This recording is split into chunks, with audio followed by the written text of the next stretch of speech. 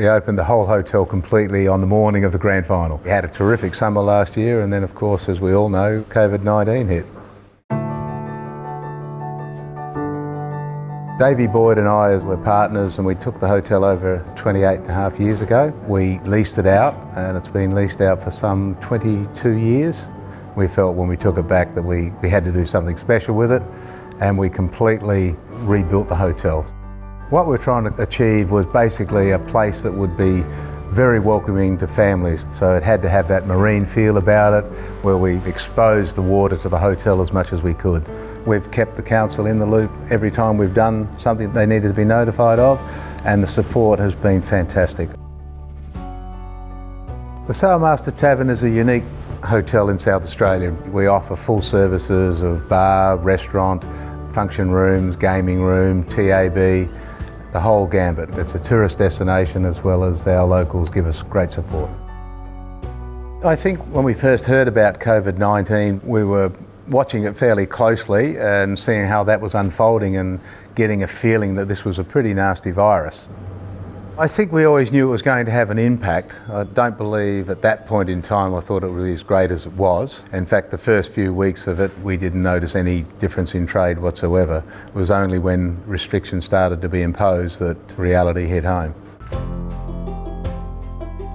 I felt here in Adelaide, with the small community that we have, that we were fairly well placed not to have the severe tendencies that other places had had. And I think in the main that's proved to be true. The hardest part was calling all the staff in to say that we're shutting the doors. You know, it was devastating for them. We built up a great team, and to see the work that they'd put in as well, all of a sudden just being ceased, was quite hard. The federal government's initiative of JobKeeper was a masterstroke, really. We had 65 employed at the closure, only 18 of those qualified for JobKeeper. So we were able to keep those on, and a few of our key staff that didn't qualify, we continue to pay their wages throughout the journey. We made regular contact. We would ring them once a fortnight at least, see how they were going, to just keep them in the loop, to let them know that as soon as we were open, we wanted them back. And they all appreciated the contact. We've probably got about 50 back, and I guess we won't be able to resume the full 65 until we can have full seating capacity. I guess I'm optimistic, and I always felt that it wouldn't take too long before we open, because the necessities of the world are such that you can't stay closed forever. And I think that's still the case. If we don't have a successful vaccine, we are going to have to continue to trade. People need to eat, live and get about their daily lives. We're 1 in 2 square metres. We only have one entrance into the building so that we can control customers as they come through. Our tables are all spaced according to the 1.5 metre rule. We have sanitisers all around the hotel, behind our bars, on entrance points.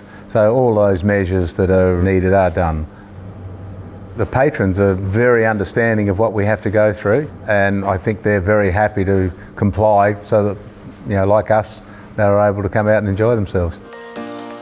One of the things I guess it's brought back that had slipped in the world, when I was brought up, you always washed your hands. Whenever you've been outside playing, you come in and Mum would say, wash your hands. You know, that's now being reinforced. People are now going back to basic hygiene, which is so critical. I've always taken the view you do what you can, and then at the end of the day, once you've done everything you can do, there's no point laying awake worrying about things. You can't change it. It is what it is, and we learn to live with the parameters that are set. Know your staff, know their strengths and weaknesses, and maintain a very happy workplace, because that then rubs off. Customers feel that when they come in. You wouldn't want someone to do something you're not prepared to do yourself, and you treat people how you'd like to be treated. Our staff are the most important people we have. The venue's wonderful, but our staff are more important.